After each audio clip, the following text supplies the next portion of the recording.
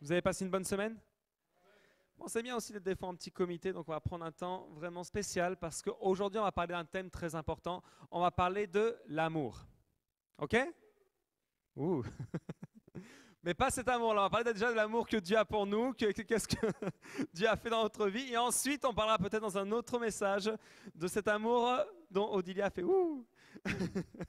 OK, on va fermer nos yeux, on va remercier le Seigneur, on va prier là où nous sommes. Seigneur Père éternel, je veux te rendre grâce ce matin vraiment pour ta présence au milieu de nous, Seigneur. Je te prie d'agir. Je te prie, Seigneur, vraiment que ce temps spécial, Seigneur, soit remis entre tes mains. Que ta parole, aujourd'hui, Seigneur, soit une parole de bénédiction. Que vraiment nous puissions apprendre plus de toi, Seigneur. Apprendre, Seigneur, vraiment à marcher encore mieux avec toi, Père. Je te prie ce matin d'éloigner toute distraction de nos cœurs, Seigneur, et que vraiment ta grâce vienne dans notre vie aujourd'hui. Merci, Père, pour la parole que tu as prévu de prêcher ce matin. Et c'est dans le nom de Jésus que nous avons prié. Amen et Amen. La semaine dernière, il y avait les pasteurs Barrios qui étaient là. Qui a été béni par le culte de la semaine dernière? Ok, merci Seigneur. C'était quelque chose d'extraordinaire, vraiment. Je sais qu'il y a eu aussi beaucoup de personnes qui ont donné leur cœur au Seigneur la semaine dernière. Et même si on est dans ce temps de vacances, vous savez, Dieu ne se trompe jamais. Si tu es ici ce matin, c'est que Dieu veut te dire quelque chose. Est-ce que tu le crois? Ok, ça c'est important. Et alors le titre du message de ce matin, c'est « Marcher dans l'amour ». Marcher dans l'amour. Et on va lire dans Éphésiens, chapitre 5 et au verset 2, qui dit « Et vivez dans l'amour en suivant l'exemple de Christ, qui nous a aimés et qui s'est donné lui-même pour nous comme une offrande et un sacrifice dont l'odeur est agréable à Dieu. » Ok, alors on va apprendre à marcher dans l'amour. Ça veut dire quoi marcher dans l'amour? Ça veut dire que notre quotidien, ça veut dire que notre façon de vivre doit exprimer l'amour de Dieu. Et le passage que je viens de lire dit qu'on doit suivre l'exemple de Christ. Et il y a surtout une partie qui est intéressante, c'est parce qu'il est dit qu'il nous a aimés et qu'il s'est donné lui-même. Alors, on va voir que lorsqu'on aime quelqu'un, lorsqu'on aime même quelque chose, on se sacrifie soi-même pour donner à l'autre, n'est-ce pas? Qui aime le sport? Oui. Alors, on va prendre peut-être un autre exemple, non? Bon, quand tu aimes le sport, par exemple, tu sais peut-être que le sport va te causer de la douleur, va te causer quelque chose, mais quand tu aimes, tu le fais quand même, n'est-ce pas? Ok? Je ne sais pas, qui aime son travail? Ah, bon, c'est rassurant. Quand tu aimes ton travail, c'est pareil, tu le fais avec joie, tu fais parfois même peut-être quelque chose que tu n'es pas censé faire par rapport à ce qu'on te demande, mais tu le fais avec amour. Et quand tu aimes, tu ne regardes pas les choses comme un prix à payer, mais tu le fais à fond. Et donc, Christ, lorsqu'il s'est donné lui-même, lorsqu'il a démontré son amour, il l'a fait jusqu'au bout, il l'a fait à fond, parce que lorsqu'on aime, on ne réfléchit pas à ce fameux prix qu'on doit payer. On fait les choses et on sait que ça va porter du fruit. Alors, marcher dans l'amour, c'est quelque chose qu'on doit apprendre à faire, nous, en tant que chrétiens. Parce que lorsque tu es chrétien, lorsque tu prétends aimer Dieu, tu dois commencer aussi, n'est-ce pas, à aimer Dieu, mais à aimer aussi les autres. La Bible nous dit que comment on peut aimer celui qu'on ne voit pas et ne pas aimer ce qu'on voit. Parce que parfois on est comme ça. On dit qu'on aime beaucoup le Seigneur, on aime beaucoup Dieu, mais alors les gens qu'on voit, on ne les supporte pas. N'est-ce pas? C'est déjà arrivé. On a peut-être tous quelqu'un dans notre vie, dans notre entourage, on s'est dit dans celui-là ou celle-là, je ne veux plus la voir. Cette personne-là, je ne la supporte plus. Cette personne-là, je ne veux plus rien savoir d'elle, de sa vie, et on arrête ici. Pourtant, on dit qu'on aime Dieu, mais on est capable de détester la création de Dieu. Cette création où Dieu a mis tout son cœur, a mis tout ce qu'il pouvait, parce que la Bible dit que tu es créé à son image et à sa ressemblance. Si tu es créé à l'image et à la ressemblance de Dieu, et si je dis que j'aime Dieu, je ne peux pas te détester. Parce que tu es l'image et la ressemblance de ce Dieu que je dis aimer. Ok? Donc quand tu veux aimer quelqu'un, tu vas devoir le démontrer, tu vas devoir avoir un nouveau style de vie. Et regardez ce que la Bible dit maintenant dans Éphésiens chapitre 2 verset 10. Il est dit, en réalité, c'est lui qui nous a fait. Nous avons été créés en Jésus-Christ pour des œuvres bonnes que Dieu a préparées d'avance afin que nous les pratiquions. Alors, il y a plusieurs choses. On va voir un aspect qui est très important et c'est le premier point que je vais donner ce matin. C'est chasse l'égoïsme de ta vie. Amen. Chasse l'égoïsme de ta vie. Parce que l'amour et l'égoïsme, c'est quelque chose qui ne va pas du tout ensemble. Quand je suis égoïste, je ne pense qu'à moi. Je pense qu'à mon plaisir personnel. Je pense à faire les choses que pour moi-même. Et vous savez quoi? Parfois, lorsqu'on prétend aimer quelqu'un, on fait les choses, mais en fait, parce que ça nous fait du bien à nous-mêmes. Mais lorsqu'on aime véritablement, on doit chasser loin de nous toute forme d'égoïsme.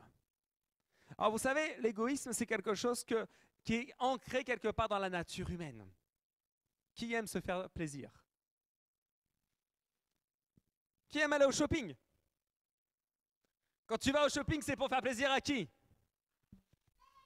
À moi. Et de manière générale, quand tu vas dans les grands magasins, dans les centres commerciaux, tu t'imagines avec soit la tenue, le bijou, peu importe, mais ça te fait plaisir. Pourquoi? Parce que tu t'aimes bien. Amen. Et si je m'aime bien, je veux me faire plaisir. Mais est-ce que tu as déjà tenté l'expérience d'aller au shopping avec quelqu'un et de faire du shopping pour l'autre personne? Qui a déjà essayé ça? Et qu'est-ce que tu as ressenti à ce moment-là? Ça fait plaisir, non? Moi, en tout cas, ça me fait plaisir. Quand je peux payer quelque chose à quelqu'un par amour, waouh, ça me fait finalement plus plaisir parce que la personne, elle est contente et finalement, j'ai pu faire quelque chose pour cette personne. C'était peut-être pas grand-chose, mais cette personne est contente et par amour, j'ai sacrifié un peu de mes finances, un peu de mon temps et on a pu profiter. Et regardez ce qui est intéressant. Si je vais au shopping pour moi, qui profite? Moi. Mais si je vais au shopping pour une autre personne, qui profite? Tous les deux. Donc quand je fais quelque chose par amour, ce n'est pas seulement moi qui profite, mais c'est la personne qui est avec moi. Ça veut dire que lorsque j'aime, je fais profiter tout le monde. Amen?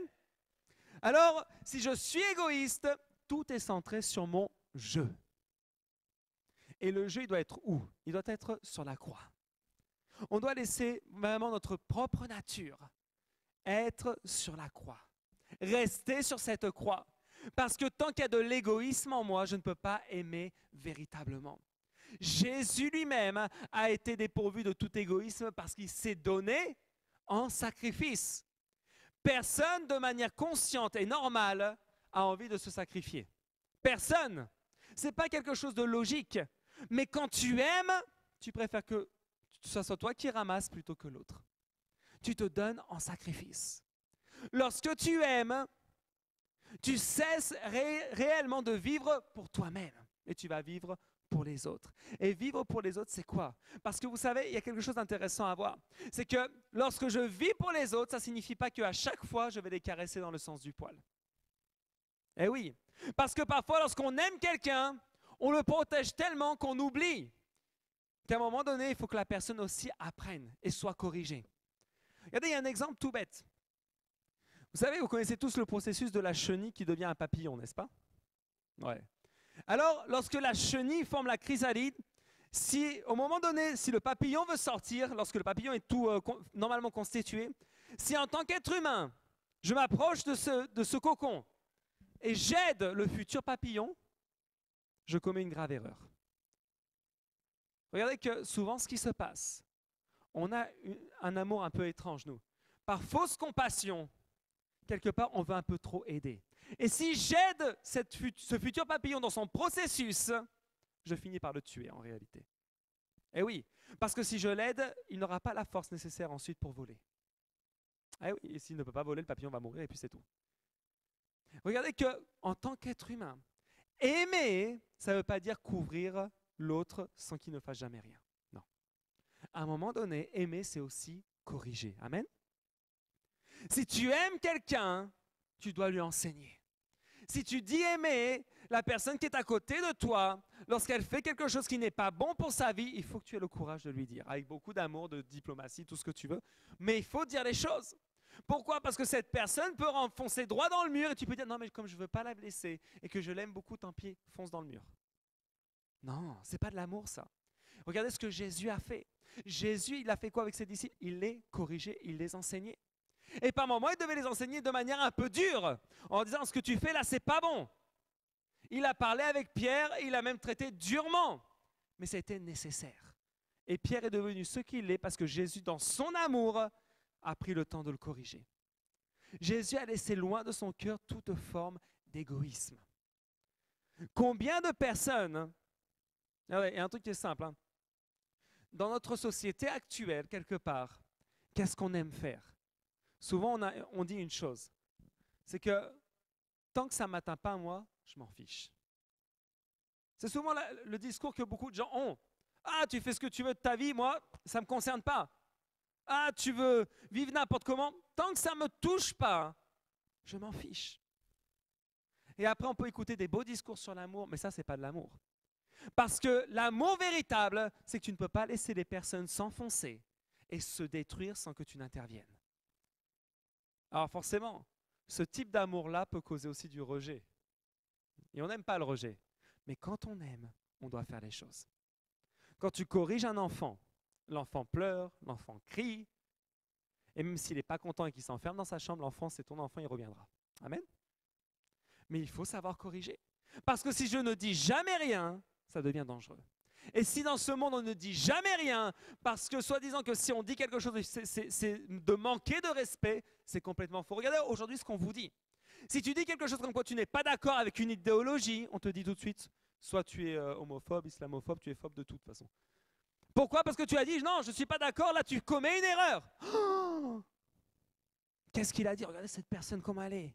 Elle est méchante, elle dit aimer les autres, elle n'aime personne. Tout ça parce que tu as dit, non, ce que tu fais, c'est commettre un péché et tu es dans l'erreur. Le véritable amour dit quand tu es dans l'erreur. Et ça, c'est savoir se laisser de côté toute forme d'égoïsme. L'égoïsme t'empêche de servir Dieu. Tu savais ça? Parce que si je suis égoïste, je n'aime pas être au service de Dieu. Vous savez pourquoi surtout? Parce que le service de Dieu, de manière générale, ne te rapporte rien financièrement. Eh oui, quand tu fais le ménage à l'église, on ne te donne pas 20 € pour le ménage. Hein. Quand tu sers, je ne sais pas, tu fais quelque chose en plus pour l'église, tu apportes, même le pire, je vais te dire une chose, quand tu sers Dieu, c'est souvent toi qui apportes de l'argent. Amen. Eh oui, parce qu'en vérité, dans la maison de Dieu, lorsque tu aimes le Seigneur, lorsque tu le sers aussi au travers de tes finances. Et finalement, c'est toi qui vas payer. Mais Dieu, il a une bonne comptabilité et de toute façon, il se souviendra de ça. Dieu te le rendra toujours au centuple en réalité. Mais ce que Dieu demande, c'est qu'on puisse mourir à notre égoïsme. Parce que l'égoïsme nous empêche de profiter de tout. Tout ce qu'on va te demander va être une charge à la fin. Et oui, tu dis non, fais un effort, fais telle ou telle chose. Ah, mais ça m'énerve, il faut encore que je sois là. Et je suis fatigué, et j'aimerais faire autre chose, et ci, et ça, et l'autre. Quand tu es mort à l'égoïsme, tout ce que tu vas faire pour le Seigneur, tu vas le faire avec une joie incroyable. Tu ne vas pas voir ça comme un truc qui va te fatiguer encore plus. Tu ne vas pas voir ça comme un boulet que tu traînes depuis je ne sais pas combien de temps. Non, l'égoïsme, vous savez, c'est une arme de l'ennemi pour qu'on ne fasse jamais rien. Amen. Avec il y a beaucoup de personnes, même des grands pasteurs, hein, n'importe qui a lutté avec l'égoïsme et avec l'amour aussi. Parce que vous savez, lorsqu'on prétend aimer, lorsqu'on prétend dire qu'on marche avec Dieu, c'est un grand défi en vérité. Surtout quand tu le dis aux autres. Parce que les autres vont avoir les yeux sur toi. Ils vont voir quelle sera ta réaction. Et je vais vous prendre l'exemple d'une femme qui a aujourd'hui un très grand ministère, c'est Joyce Meyer. Je ne sais pas s'il y en a qui la connaissent un petit peu, mais elle a un témoignage extraordinaire. Et elle a raconté une histoire au sujet de l'amour qui m'a fait beaucoup rigoler. Lorsqu'elle a commencé à étudier ce que représente l'amour, comme bonne prédicatrice, elle a préparé 8 enseignements, 8 séances spéciales sur l'amour. Et à un moment donné, il y a des années en arrière, elle revenait de voyage avec son mari. Ils étaient fatigués. Et là-bas aux États-Unis, donc ils louaient une boîte postale pour recevoir les courriers parce qu'ils étaient presque jamais à la maison. Et donc elle a envoyé son mari aller chercher le courrier à la boîte postale. Et puis, comme ils avaient faim, ils sont arrivés au McDonald's. Alors aux États-Unis, les McDonald's sont assez réputés. Puis son mari lui dit, pendant que je vais chercher le courrier, prends une place. Et fatiguée, elle arrive comme ça, avec sa série de 8 enseignements sur l'amour. Et puis elle cherchait, vous savez, les places où il y a des banquettes qui sont un peu fermées. Il y a des banquettes, il y a une banquette devant, une banquette comme ça, parce que c'est plus confortable, c'est plus tranquille. Et elle cherchait une de ces places. Et donc elle lève les yeux dans le McDo et elle voit qu'il ne reste plus qu'une table avec les banquettes. Mais vous savez ce qui s'est passé? C'est qu'une autre personne avait les yeux sur cette table aussi. Et donc là, elle a pu prêcher sur tout l'amour du monde. Qu'est-ce qu'elle a fait quand elle a vu la place? Elle s'est mise à accélérer pour la piquer devant l'autre. Et elle s'est assise et elle a pris la place. Et le monsieur, qui marchait tranquillement, s'est arrêté à l'endroit où il y avait une dame. Et cette dame-là, il la connaissait.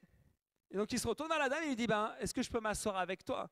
Et la dame dit, oui, parce que celle-là, tu n'avais aucune chance de la battre. Donc le monsieur s'assoit. Mais le pire de l'histoire, c'est que ce monsieur-là était une personne handicapée. Elle a prêché sur l'amour, tout ce que tu veux, mais au moment où il y avait la fatigue, où il y avait envie de manger, l'amour est resté loin derrière et elle a foncé, elle a grillé l'handicapé qui avait son petit bâton qui n'arrivait pas à marcher aussi vite qu'elle. L'amour est resté bien derrière. Et combien de fois on fait la même chose quelque part? Dès que ça nous concerne, nous, oui.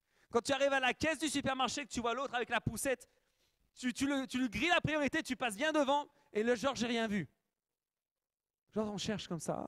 Oui, la queue, elle est longue. Hein. Et tu espères que l'autre te dise rien. Combien de fois on a ce genre de réaction au lieu de vivre vraiment dans l'amour? Où on se dit, non, en tant que chrétien, je dois montrer l'exemple, je dois faire les choses correctement. On le fait quand tout va bien, quand on est en pleine forme, quand on a bien mangé, quand tout est OK. Ah, là, on est rempli d'amour. Mais dès qu'il y a la réalité de la vie, que tu sors du travail, que le transport est en panne, que tu dois te manger des kilomètres à vélo et que tu dois rester poli, correct avec tout le monde. Là, c'est une autre histoire. C'est là où on démontre l'amour. C'est là où on démontre si on est né de nouveau et si toute forme d'égoïsme a été chassée de notre vie. Marcher dans l'amour, c'est un réel défi. Amen. Et on va lire dans Matthieu 25, 31, 36, il est dit: lorsque le Fils de l'homme viendra dans sa gloire, avec tous les saints anges, il s'assiera sur son trône de gloire. Toutes les nations seront rassemblées devant lui. Il séparera les uns des autres, comme le berger sépare les brebis des boucs. Il mettra les brebis à sa droite et les boucs à sa gauche. Alors le roi dira à ceux qui seront à sa droite: venez, vous qui êtes bénis par mon Père, prenez possession du royaume qui vous a été préparé dès la création du monde. En effet, j'ai eu faim et vous m'avez donné à manger.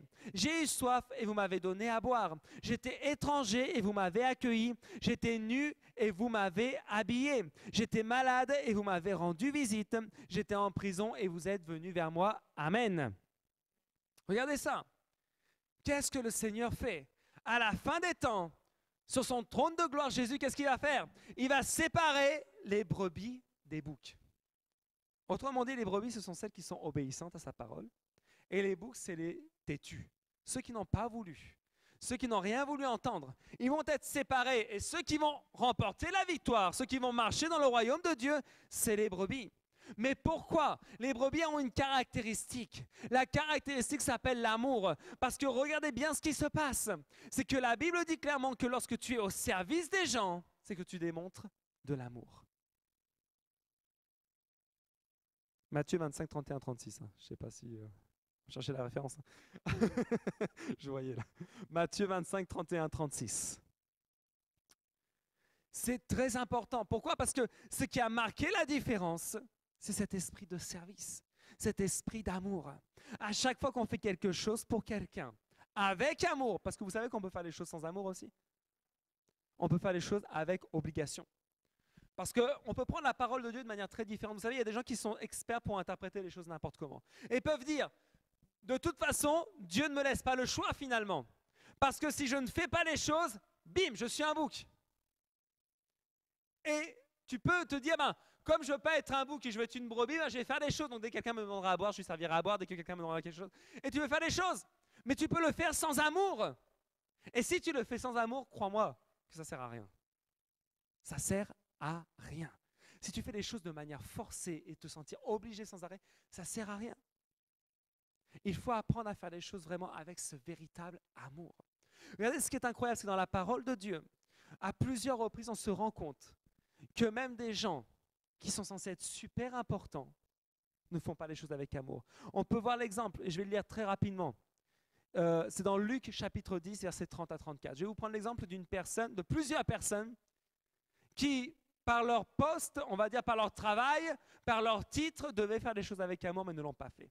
Luc 10, 30, 34. Il est dit, Jésus reprit la parole et dit, un homme descendait de Jérusalem à Jéricho. Il tomba entre les mains des brigands qui le dépouillèrent, le rouèrent de coups et s'en allèrent en le laissant à moitié mort. Un prêtre qui passait par hasard, descendait par le même chemin, vit cet homme et passa à distance. Un prêtre, autrement dit, un homme qui prêchait la parole, un homme qui disait connaître Dieu, aimer Dieu, regarde le gars qui était par terre et roué de coups, et au lieu d'aller lui tendre la main, il change de trottoir. Sûrement qu'il était pressé pour aller à l'église, non? Il dit, ah non, j'ai pas le temps, là je vais aller à l'église, je dois prêcher. Regardez cette double morale. Cet homme-là, qui était censé être rempli de l'amour de Dieu, lorsqu'il a vu une personne dans le besoin, il a préféré regarder ailleurs et faire comme si de rien n'était. Mais ça continuait. De même aussi, un Lévite arriva à cet endroit. Il le vit et passa à distance. Ceux qui étaient chargés de la louange. Ceux qui chantaient « Ah Seigneur, nous t'adorons. Ah, alléluia ». Dès qu'ils ont vu le gars roué de coups, « Non Seigneur, je suis trop occupé, je dois aller à la répétition. » Aïe, aïe, aïe, aïe. Mais une personne qui n'avait rien à voir, mais un Samaritain qui voyageait arriva près de lui et fut rempli de compassion. Ce Samaritain, qui était censé être l'homme pécheur, l'homme rien à voir, c'est le seul qui a fait les choses avec amour. Vous lirez la suite de l'histoire parce que ça va jusqu'au verset 34 et même la suite. Et il fait tout pour qu'on prenne soin de lui. Un Samaritain. Regardez que c'est assez intéressant parce que à l'époque, les Samaritains et les Juifs ne cohabitaient pas ensemble. Les Samaritains étaient considérés moins bien que les Juifs. C'était considéré comme un peuple de pécheurs et donc les Juifs étaient au-dessus. Donc ils n'avaient pas de relation avec les Samaritains. Pourtant, quand Jésus montre ça, il montre le Samaritain, le pécheur, celui qui est censé être le moins que rien, c'est le seul qui va être reconnu devant Dieu. Pourquoi? Parce qu'il a fait les choses avec amour. On peut prêcher au monde entier. On peut essayer de gagner les âmes. Mais si on ne le fait pas avec amour, ça ne sert strictement à rien. Amen. Et c'est ça. C'est le deuxième point que je vais le donner, c'est agir dans l'amour. Agir dans l'amour constamment. Regardez que parfois devant la porte de notre cœur, on a comme dans les hôtels. Vous savez, lorsqu'on ne veut pas être dérangé à l'hôtel, on met le truc là, privé, ne pas déranger. Parfois on le met devant la porte de notre cœur, privé, ne pas déranger. Ne pas toquer, me laisser tranquille. Et on le démontre avec notre attitude, notre tête. Dès que quelqu'un peut-être t'appelle et tu regardes ton téléphone portable et quand tu vois le nom, tu dis « Ah non, pas encore cette personne ». Ça signifie problème. Ça signifie que je vais passer 1 heure au téléphone. Je ne sais pas. Parfois peut-être tu vois les gens dans la rue, tu vois rien qu'à leur tête, tu dis « Ah ça c'est pour moi, c'est parti, allez. Oh, qu'est-ce qu'il va me raconter ?» Et on met devant notre cœur « Ne pas déranger ». Ne pas déranger. Quand tu es sur le chemin de l'église, regarde, je vais raconter un témoignage. Il y a quelques semaines de cela, Alain, ici présent, venait à l'église. Et je voyais l'heure tourner, je ne vois pas Alain arriver. Je me dis, c'est bizarre. Alain en retard. C'est étrange. Et je m'inquiétais. Alors je vais voir Joël, je lui dis, mais il est où ton mari? Il doit assurer la sécurité, il est où? Et il me dit, mais je ne sais pas où est-ce qu'il est. Et puis je le vois arriver comme un quart d'heure après. Je dis, mais qu'est-ce qui s'est passé? Il me dit, non, quand j'étais sur la route, j'ai vu une mamie. Et cette mamie-là, elle commençait à marcher en partant dans tous les sens. Donc, qu'est-ce qu'il a fait? Il s'est approché de la mamie, il l'a retenue. OK. Il a fait asseoir la mamie et il est resté avec elle jusqu'à qu'elle reprenne tous ses esprits. Et ensuite, il l'a raccompagnée. Il y avait l'église, il y avait le service. Mais là, il y avait quelqu'un qui avait besoin d'aide. Et il y avait 2 solutions. Soit je fais comme le lévite et le prêtre, je trace ma route. Oh mamie, écoute, hein, tu marches encore, au moins ça va. Il y avait 2 solutions, dire ah, au moins tu avances, tu n'es pas encore tombé, on peut continuer. Il aurait pu dire ça, en disant non, c'est l'heure, il faut que je sois à l'heure. Mais quand tu es rempli d'amour, tu comprends les choses, tu n'es pas quelqu'un de religieux. Mais là, tu te dis, il y a quelqu'un qui a besoin d'aide. Et c'était urgent en plus, c'était pas comme si... c'était pas une blague, mais il s'est assis à côté, et il est resté avec la mamie pour en prendre soin. Quand on fait les choses avec amour, c'est ça. On agit de cette manière. On ne met pas privé, ne pas déranger, laisse-moi tranquille, que les voisins s'éloignent de moi. Et après, on va sortir le dimanche à l'église, on va dire, Seigneur, je t'aime, je t'adore. Ah Seigneur, je veux te servir. Dieu veut que tu le serves tous les jours. Le service, c'est quelque chose de naturel. C'est un style de vie. Mais on ne peut pas dire au Seigneur, fais de moi telle ou telle chose et que notre quotidien, on soit des bêtes sauvages. C'est ça le problème. C'est qu'on veut que les gens connaissent Christ, on veut que les gens s'approchent de Dieu, mais quelle image on leur donne? Est-ce qu'on donne l'image de personnes hyper surchargées, hyper suroccupées, qui n'arrivent pas à prioriser leur vie? Parce que vous savez, parfois, on est tellement désorganisé, on fait tellement n'importe quoi, que les gens, quand ils voient notre vie, se disent « Ah non, j'en veux pas ». Est-ce que je suis un exemple? Est-ce que les gens se disent wow, mais c'est une personne qui est engagée avec Dieu, qu'on voit aller à l'église, qu'on voit vraiment mettre en pratique les enseignements, et là, ça va donner envie. On met en pratique les enseignements non pas par obligation, mais par amour aussi. Parce qu'on a conscience que Dieu veut agir dans notre vie. Donc si on est comme ces hôtels, on ferme la porte à double tour et on fait genre, on n'écoute pas. Regardez que le pasteur Louis avait raconté son témoignage. Lorsque la sœur venait frapper à leur porte le dimanche matin et qu'ils faisaient semblant de ne pas entendre. Que là, ils se disaient, chut, on ne va pas répondre. On va faire comme si on n'était pas là. Mais cette dame-là, si elle n'avait pas fait ça tous les jours et elle insistait, et croyez-moi, ce n'est pas agréable quand tu frappes à la porte de quelqu'un que tu sais qu'il est dedans, mais qui ne t'ouvre pas, ce n'est pas très agréable comme sensation. Surtout quand c'est un membre de ta famille. Surtout quand c'est ton frère qui est derrière la porte et qui fait genre, rien ne s'est passé. On n'a jamais frappé ici. On n'est pas à la maison. Surtout quand tu sais qu'on va frapper à la maison un dimanche matin à 9h. Tu n'es surtout pas à la maison, oui, bien sûr, oui. Il fallait vraiment croire au truc. Hein. Mais elle l'a fait, et elle l'a refait, et elle l'a refait. Pas parce qu'elle se sentait obligée, mais juste par amour. Juste pour dire non. Là-dedans, il y a des membres de ma famille qui se perdent. Si je n'insiste pas, ils vont finir en enfer. Parfois, on oublie juste cette petite truc. C'est-à-dire qu'il faut se rendre compte d'une chose, c'est que c'est la réalité. Si la personne s'en va demain, où est-ce qu'elle va? Où est-ce qu'elle va? Et parfois, il aurait fallu juste insister un peu plus pour que la personne enfin ouvre son cœur et puisse connaître Jésus.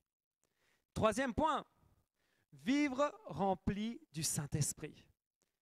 Regardez ce que la Bible dit dans 1 Corinthiens 13, au verset 1 jusqu'au verset 7. C'est l'apôtre Paul qui parle. Où il dit « Si je parle les langues des hommes et même celles des anges, mais que je n'ai pas l'amour, je suis un cuivre qui résonne ou une cymbale qui retentit. » Je m'arrête juste un instant ici. Regardez que souvent, on peut dire « Ah, mais Seigneur, moi je parle en langue, je prie longtemps, je fais des grandes intercessions. » Mais l'apôtre Paul remet quelque chose juste là et dit « Si je n'ai pas l'amour, je suis quelqu'un qui fait juste beaucoup de bruit. » C'est ça que ça veut dire. Je suis quelqu'un qui fait du boucan pour rien. Eh oui, parce que parfois on arrive, on élève nos voix, « Ah, Seigneur Jésus, au nom de Jésus, je chasse absolument tout ce qu'il y a. » Mais si je n'ai pas l'amour, ce n'est que des cris.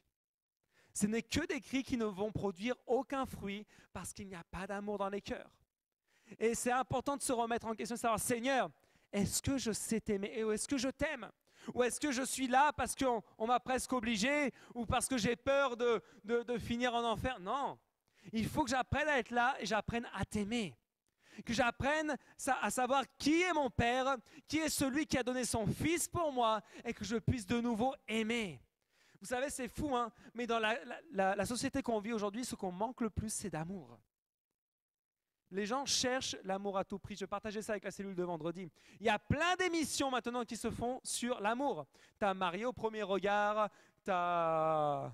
On avait dit un autre... Ah oui, la villa des cœurs brisés, va savoir encore quoi, les ch'tis ou je ne sais pas quoi, les Marseillais, on ne sait plus trop ce qu'ils font. Bref, ils font plein d'émissions pour que les gens puissent trouver l'amour.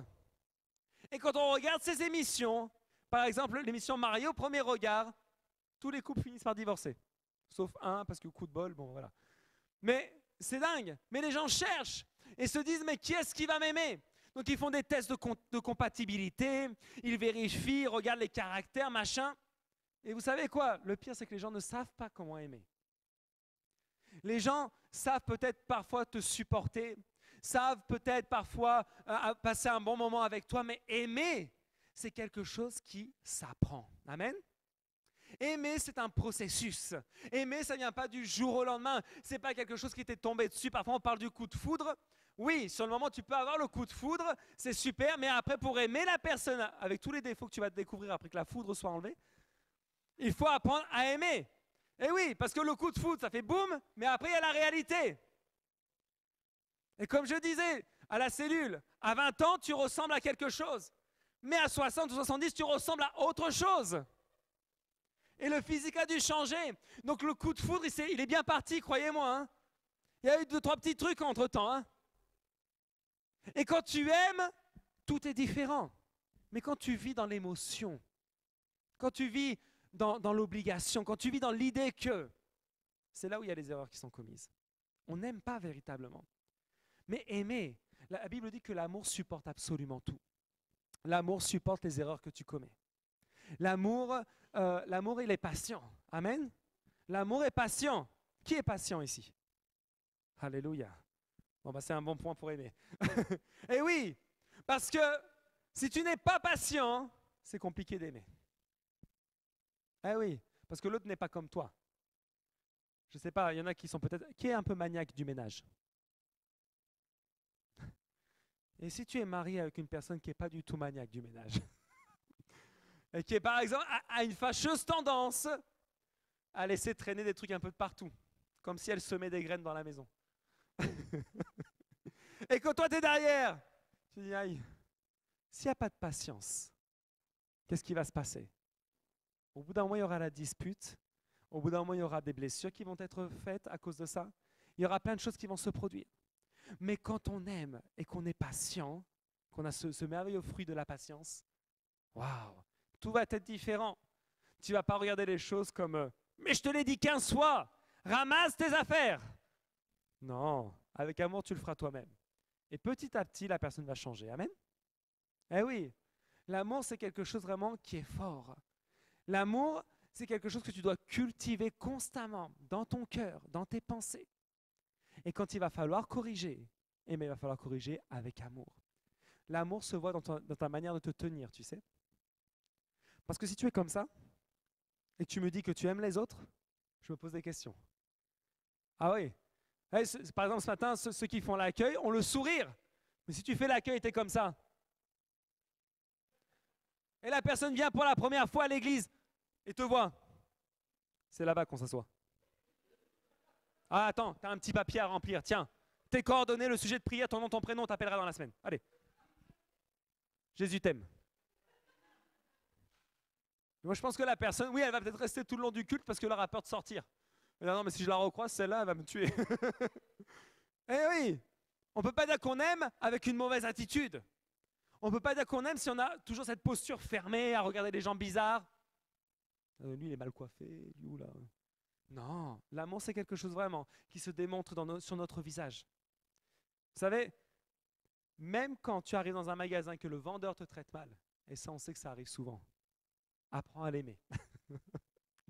Même si parfois il est limite à te crier dessus parce que tu n'arrives pas à te décider. Ah, ça m'est déjà arrivé. Quand tu choisis entre deux, tu vois la vendeuse à côté. Bon, on prend ça ou on prend ça? C'est son boulot pourtant, mais elle n'a pas la patience. Ok, mais si tu démontres de l'amour, vous savez, ça va désarmer beaucoup de personnes. Regardez que, comme j'avais témoigné à la cellule de vendredi, j'avais vu une vidéo d'une personne en Égypte, une chrétienne en Égypte, qui devant les médias, et un journaliste qui était pour le coup musulman, devant les médias, elle disait à la personne qui a tué son mari, je te pardonne. Juste ça, je te pardonne. Je ne tiens pas compte de ce que tu as fait à mon mari. Je sais que tu me l'as enlevé parce que tu l'as tué, mais je sais maintenant où est-ce qu'il est aussi. Et je veux juste que tu saches quelque chose, c'est que je te pardonne. La personne qui présentait le journal à ce moment-là n'en pouvait plus.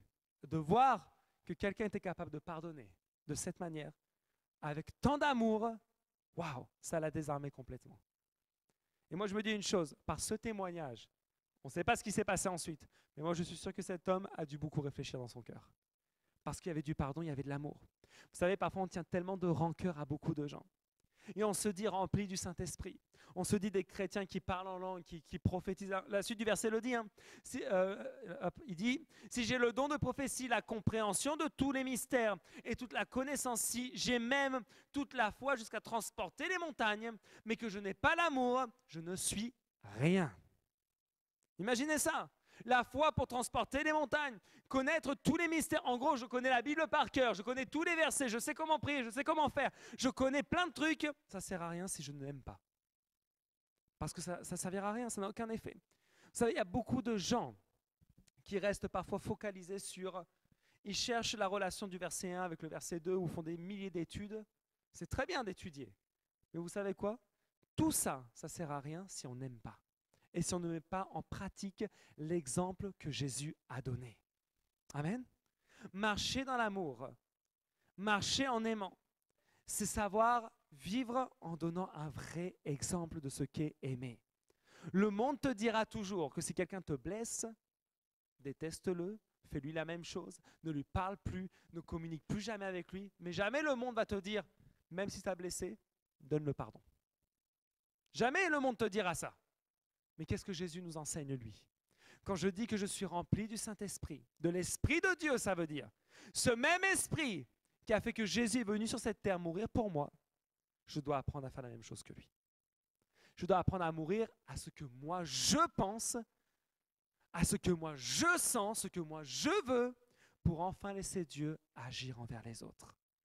Quand tu invites quelqu'un à l'église, que tu gagnes une âme, c'est une démonstration d'amour. Et c'est la plus belle. Parce que ça veut dire que tu aimes tellement que tu veux que cette personne soit sauvée. Ça enlève tout égoïsme. Parce que l'égoïsme te dit, reste chez toi toute la semaine, tranquillement, n'ouvre jamais la bouche, va à l'église le dimanche, toi t'es sauvé, c'est déjà pas mal. Ça c'est l'égoïsme.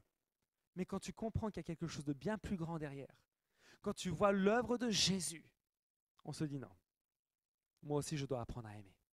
Je dois apprendre à aimer mes collègues, je dois apprendre à aimer ma famille avec toutes les imperfections.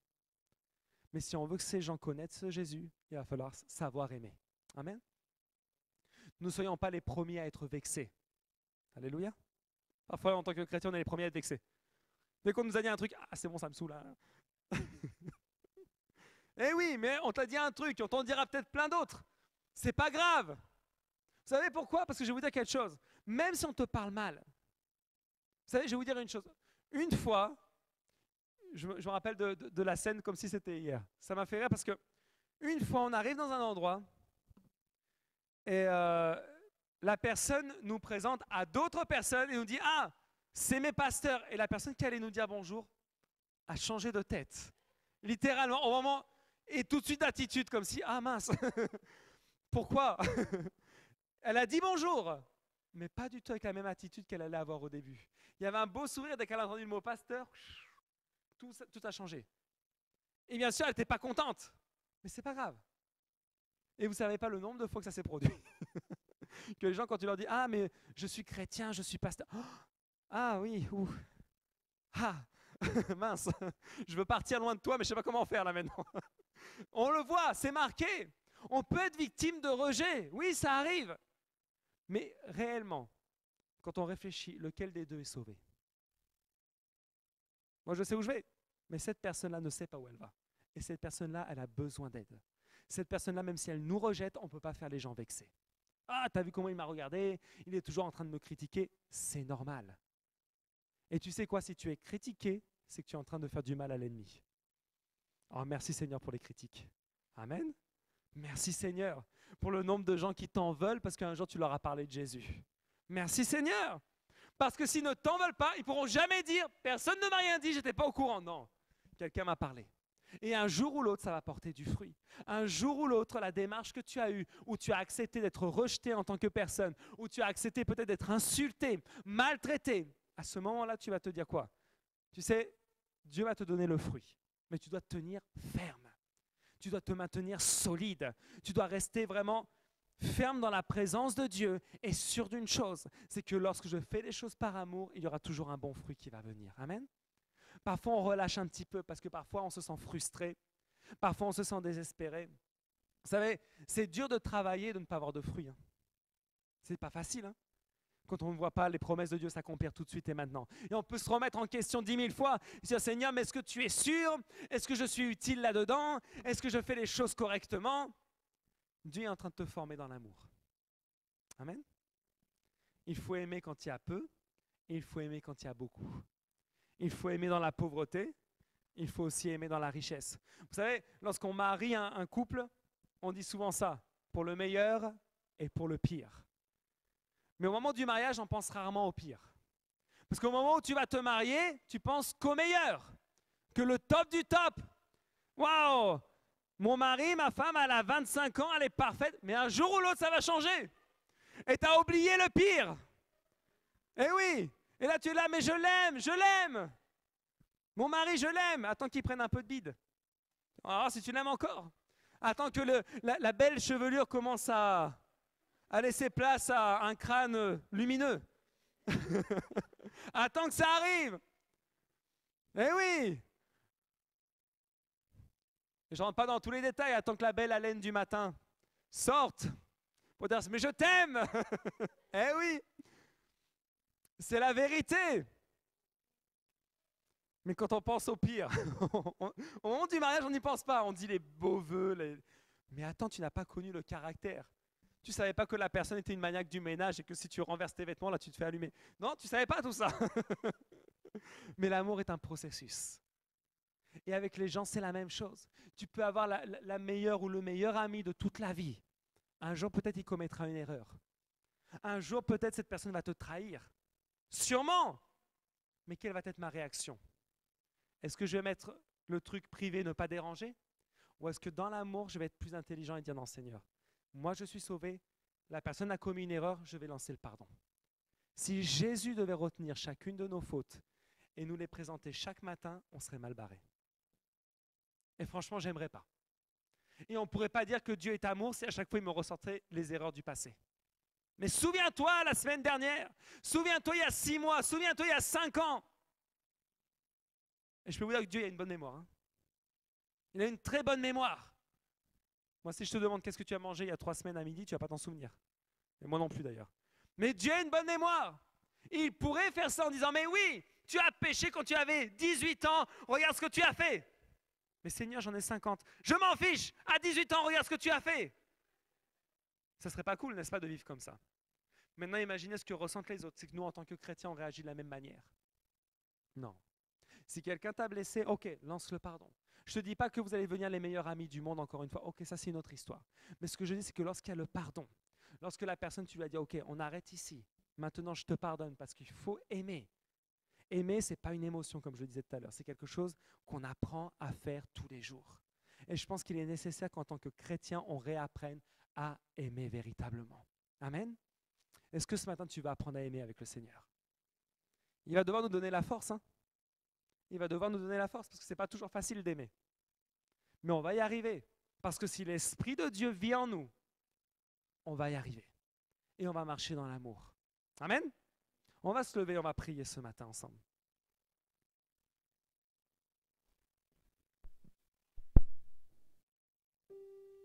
On va fermer nos yeux là où nous sommes. Alléluia.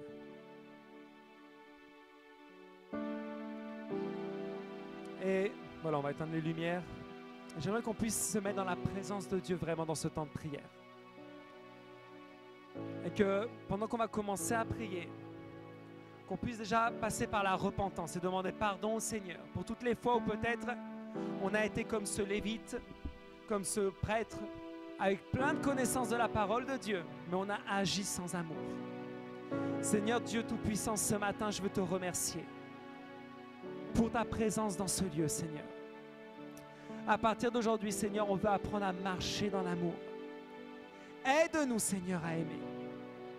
Et là où nous sommes, nous voulons te demander pardon, Seigneur. Pardonne nos fautes. Pardonne toutes les fois, Seigneur, où nous avons cessé d'aimer comme on devait le faire. Les fois où nous avons été égoïstes, où nous avons préféré penser qu'à notre bien-être, penser peut-être qu'à nos finances, penser qu'à nos propres vies. Et on a oublié, Jésus, ce que tu as fait sur la croix pour chacun d'entre nous. Pardonne-nous ce matin, Seigneur. Là où tu es, commence à lui parler. Tu sais, je crois vraiment que ce matin, ce que Jésus veut faire envers chacun d'entre nous, c'est étendre son amour. Étendre son amour. L'étendre à chacune des vies ici présentes. Il veut te démontrer à quel point il t'aime en renouvelant son pardon envers toi, en renouvelant sa grâce envers toi. Alors ce matin, ouvre ta bouche et dis-lui, Seigneur, j'ai péché contre toi. J'ai commis des erreurs, j'ai été frustré, j'ai baissé les bras, j'ai cessé d'être celui que j'étais pendant un temps. Je te demande pardon, Seigneur. Je te prie de pardonner mes mauvaises paroles, mes mauvaises attitudes, que peut-être lorsque je voyais l'Église, je la voyais comme une charge, comme quelque chose de fatigant. Mais maintenant, Seigneur, je te demande pardon. Pardonne-moi, Seigneur, parce que j'ai cessé d'aimer ton œuvre. Pardonne-moi, Seigneur, parce que j'ai mis des priorités avant même ma famille, avant l'Église, avant ton royaume, Seigneur. Pardonne-nous ce matin, Seigneur. Remplis-nous de toi, Seigneur, parce que nous avons besoin éternel de connaître l'amour véritable ce matin. Oh Jésus, agis. Agis ce matin, Seigneur Jésus. Agis ce matin, Seigneur Jésus. Visite-nous. Visite nos vies. Et même ce matin, si on est peu nombreux, ta présence est au milieu de nous, Seigneur. Tu as voulu enseigner l'amour à chaque personne présente dans ce lieu, Seigneur. C'est parce que nous sommes tes représentants, Dieu. Nous sommes ceux qui marchons avec toi. Et si nous avions perdu cet amour, nous voulons le récupérer ce matin, Seigneur. Aide-nous à aimer. Enlève de nos yeux, Seigneur, peut-être le jugement, l'envie de voir le défaut chez les uns et chez les autres, Seigneur. Mais ensemble, nous voulons marcher. Nous voulons marcher, Seigneur. Nous voulons être ensemble, Seigneur, d'un même cœur. Alléluia. Oh Jésus, viens nous toucher aujourd'hui. Enlève toute distraction ce matin, Seigneur. Si nos pensées sont en train d'être ailleurs, enlève tout ça, Seigneur. Parce que nous voulons être centrés sur ton amour ce matin. Nous voulons apprendre à nous aimer les uns les autres, Seigneur. Peu importe les erreurs commises. Peu importe, Seigneur, le mal qui a été fait aujourd'hui, Seigneur. Nous ne voulons pas donner l'amertume. Nous ne voulons pas donner la violence. Nous ne voulons pas donner la colère. Mais nous voulons donner de l'amour, Seigneur. Et si nous sommes rejetés à cause de ça, nous donnerons encore plus. Parce que Jésus, tu as été rejeté pour nous, Seigneur. Tu as été rejeté pour nous, Seigneur Jésus. Alléluia. Alléluia. Alors on peut faire un truc ce matin, on n'est pas nombreux, mais on peut se mettre tous sur le devant et se tenir la main les uns les autres. Et on va prier les uns pour les autres. Profitons qu'on ne soit pas nombreux, on peut le faire.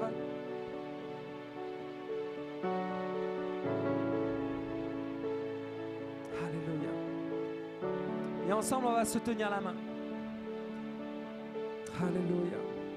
Même Arnaud, tu peux venir. Il n'y a besoin de personne dans la régie, c'est pas grave. On laisse comme ça. On va prier les uns pour les autres. On peut même pousser les chaises, on s'en fiche. On est ensemble. Voilà. Qu'on puisse se tenir la main. Et on va commencer à prier les uns pour les autres. Tu vas prier pour ton voisin, pour ta voisine. Mais tu vas faire une prière vraiment remplie d'amour. Tu ne vas pas regarder ses défauts. Tu ne vas pas regarder peut-être le mal que cette personne t'a causé. Mais tu vas prier pour ton frère et ta sœur qui est à côté de toi. Comme un cri qui vient du cœur. Parce que ta prière peut changer sa vie. Ta prière peut changer sa vie ce matin. Alors Seigneur, nous élevons nos voix ensemble. Et nous prions, Seigneur. Nous te prions, Seigneur. Dans un cercle d'amour, Seigneur. Ensemble, les uns pour les autres, Père. Que ta présence vienne dans ce lieu, Seigneur. Et vienne toucher nos cœurs ce matin. Nous voulons aimer nos frères et sœurs. Nous voulons aimer nos frères et sœurs, Seigneur. Nous voulons être ensemble ce matin. Unis devant ta présence, Papa. Réjouis-toi au milieu de nous, Seigneur, parce que nous voulons aimer comme Jésus nous a aimés. Nous voulons aimer ce matin comme Jésus nous a aimés. Oh Seigneur, s'il te plaît, agis dans le nom de Jésus-Christ. Aide-nous à aimer, Seigneur. Nous ne voulons pas juger. Nous ne voulons pas juger, Seigneur, mais nous voulons aimer ce matin dans le nom précieux de Jésus. Alléluia. Élève ta voix. Élève ta voix.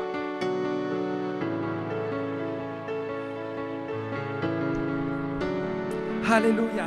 Élève ta voix ce matin. Élève-la. Réclame au Seigneur que quelque chose se produise dans le cœur de ton frère et ta sœur qui est à côté de toi.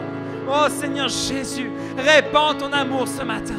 Répands ton amour ce matin. Répands-le dans le nom de Jésus-Christ. Oh Dieu Tout-Puissant, tu es merveilleux, tu es glorieux Seigneur. Et nous voulons élever nos voix ensemble. Alléluia. Oh merci Seigneur. Est-ce que tu peux remercier le Seigneur pour la vie de la personne qui est à côté de toi? Remercie le Seigneur. Remercie le Seigneur. Parce que la personne qui est à côté de toi, elle est précieuse. Elle est précieuse. Oh Seigneur, merci. Alléluia. Oh,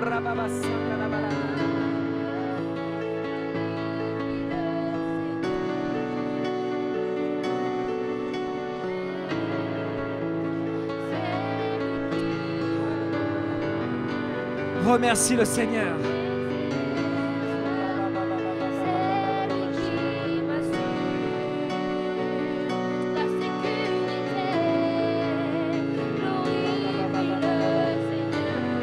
Alléluia, Seigneur.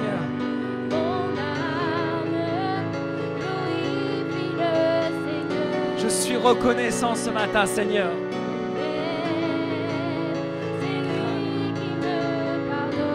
Merci, Seigneur. Merci, Seigneur, pour les personnes présentes dans ce lieu, Seigneur. Merci pour les familles représentées dans ce lieu, Seigneur. Merci, Seigneur. Aide-nous à les aimer. Aide-nous à aimer nos familles. Aide-nous à nous aimer les uns les autres. À compter sur les uns et les autres, Seigneur. Aide-nous, Seigneur. Oh Dieu Tout-Puissant, tu nous appelles à te servir, Seigneur. Et tu sais quoi? Ce matin, dis-toi une chose, que tu nais à l'amour véritable. Tu nais à cet amour, un amour qui change tout, un amour qui est différent. Tu nais au fait de marcher dans l'amour. Oh Seigneur, nous voulons marcher dans l'amour. Nous voulons marcher dans l'amour, Seigneur. Ce matin, nous te remercions parce que nos frères et sœurs sont précieux. Parce que nos frères et sœurs sont précieux, Seigneur. Merci Dieu. Merci pour chaque personne dans ce lieu. Merci Seigneur. Que l'amour se répande dans ce lieu. Que l'amour se répande dans ce lieu, Seigneur. Nous voulons aimer. Nous ne voulons pas juger. Nous ne voulons pas critiquer. Nous ne voulons pas murmurer. Nous voulons aimer, Seigneur. Aimer comme toi, Seigneur, tu nous aimes. Alléluia.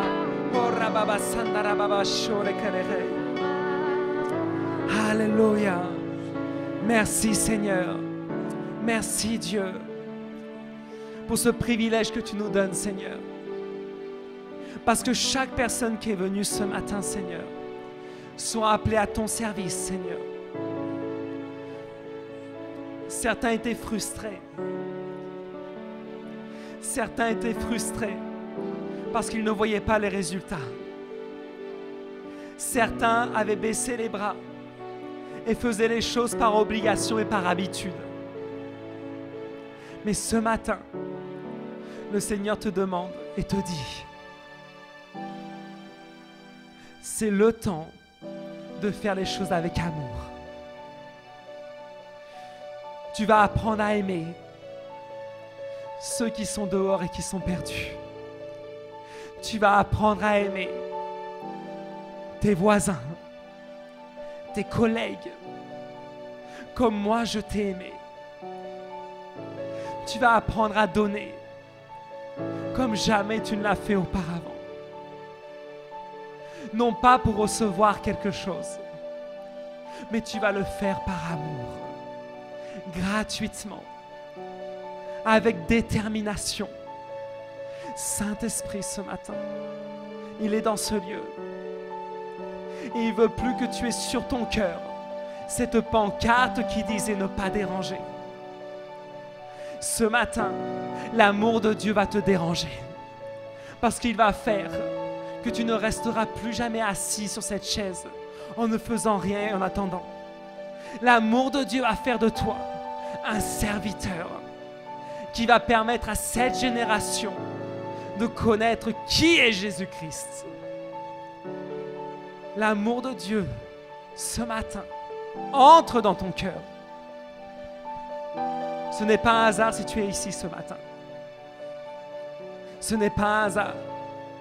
Tu sais, ce matin, beaucoup d'autres devaient être là. Mais si ce matin Dieu a choisi que toi tu sois là, c'est parce qu'il t'appelle à aimer. Tu t'es peut-être jamais vu comme une personne capable de servir Dieu à un autre niveau. Mais si tu es là, c'est que tu es capable de le faire. N'accepte plus dès à présent la frustration. N'accepte plus le fait de baisser les bras. Parce que quand tu baisses les bras, tellement de gens perdent leur vie. Aujourd'hui, tu es appelé à les aimer et à restaurer les relations qui ont été brisées. Ce matin, demande au Seigneur qu'il te révèle quelle relation tu dois restaurer. L'amour peut tout. L'amour est plus fort que la mort. L'amour est capable de restaurer toute relation. Et à cause parfois de l'orgueil, de l'amertume et de la douleur, on a laissé des relations se briser. Ce matin, c'est le temps de restaurer ces relations. Même si tu avais été rejeté, donne de l'amour. Seigneur, merci pour ce temps que nous avons passé ensemble. Et c'est dans le nom de Jésus que nous avons prié. Amen. Et Amen. On peut acclamer le Seigneur. Vous pouvez vous rasseoir.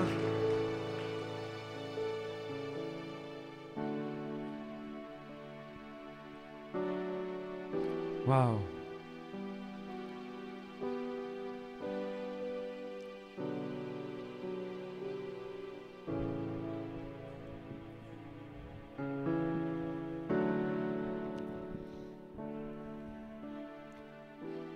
Merci Seigneur.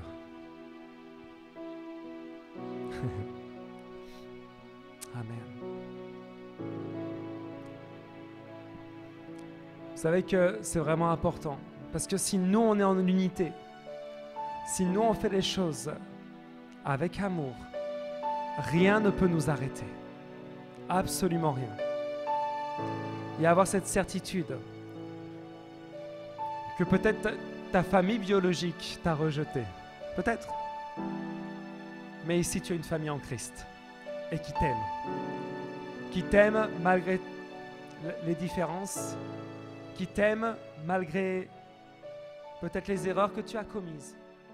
Mais sois convaincu que ici, tu es aimé et accepté. Amen. Merci Seigneur.